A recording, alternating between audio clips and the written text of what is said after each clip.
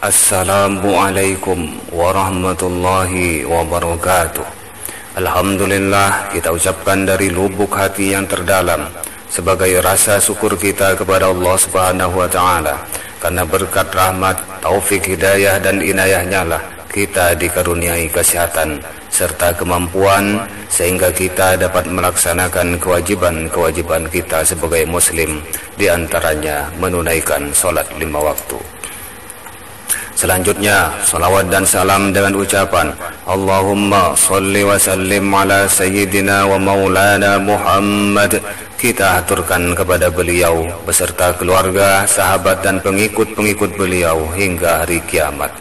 Karena berkat perjuangan beliau kita bisa mengenal Islam, sebuah agama yang menjunjung tinggi nilai-nilai salat. Hadirin yang saya hormati, salat itu berasal dari bahasa Arab yang berarti doa. Salat dapat didefinisikan sebagai suatu ibadah yang diawali dengan takbiratul ihram dan diakhiri dengan salam.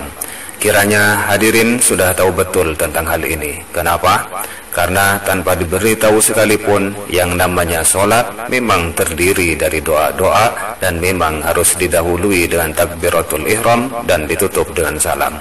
Betul?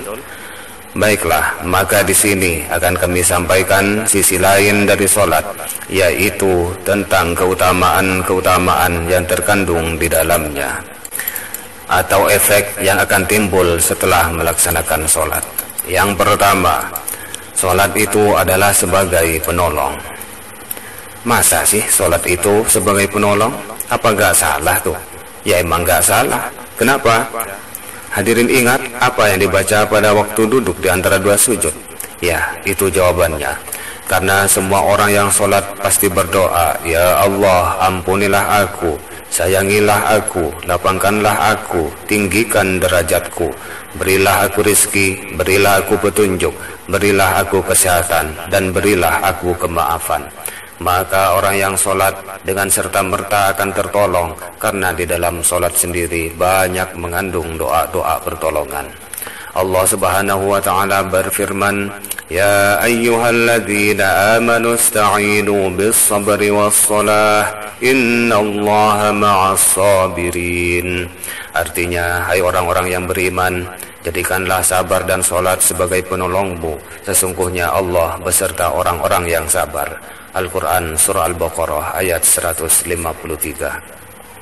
Hadirin yang berbahagia, yang kedua, sholat itu adalah pencegah perbuatan mungkar. Masa sih sholat itu dapat mencegah kemungkaran? Apa gak salah tuh? Ya emang gak salah. Kenapa?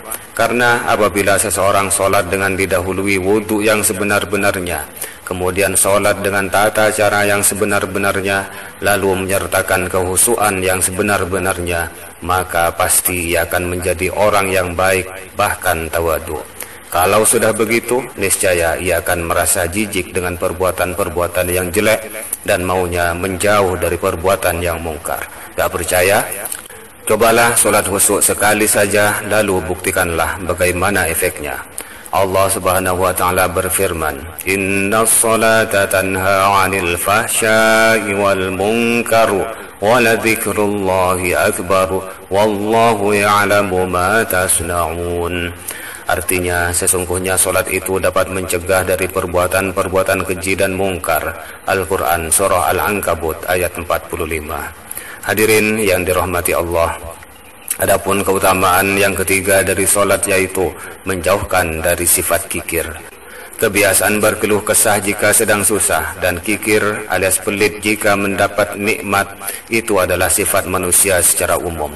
Hanya orang-orang tertentu saja yang bisa mengendalikan dua penyakit itu, yaitu apabila ia termasuk orang yang sudah benar sholatnya. Dengan tanpa ada keinginan menuding seseorang, cobalah lihat diri kita atau orang di sekitar kita, lalu tanyakanlah kepada diri sendiri, adakah sifat keluh kesah dan kikir menjangkiti orang yang sholatnya bagus? Silahkan pertanyaan ini dijadikan PR saja, dan biarkanlah keheningan yang akan menemani hadirin menilai jawabannya sebagai bahan evaluasi diri nantinya. Allah Subhanahu wa taala berfirman, "Idza massahu syarru jazua wa idza massahul khairu manu'a illal musallin." Yang artinya, apabila ia manusia ditimpa kesusahan, ia berkeluh kesah, dan apabila ia mendapat kebaikan, ia amat kikir, kecuali orang-orang yang mengerjakan salat. Al-Quran Surah Al-Ma'arij ayat 20-22. Hadirin yang berbahagia, tidak hanya itu keutamaan yang akan diberikan kepada orang yang salat, melainkan banyak. Oleh sebab itu, marilah kita selalu berupaya menjaga salat, meningkatkan kualitas salat, dan memperbanyak intensitas salat, supaya kita menjadi orang yang beruntung di dunia dan di akhirat kelak. Amin ya rabbal alamin. Kiranya inilah yang dapat saya sampaikan. Mudah-mudahan ada manfaatnya. Kalau ada jarum yang patah, jangan disimpan di dalam peti. Kalau ada kata-kata yang salah, jangan disimpan di dalam hati. Wal-afu minkum. Tsumma assalamu alaikum warahmatullahi wabarakatuh.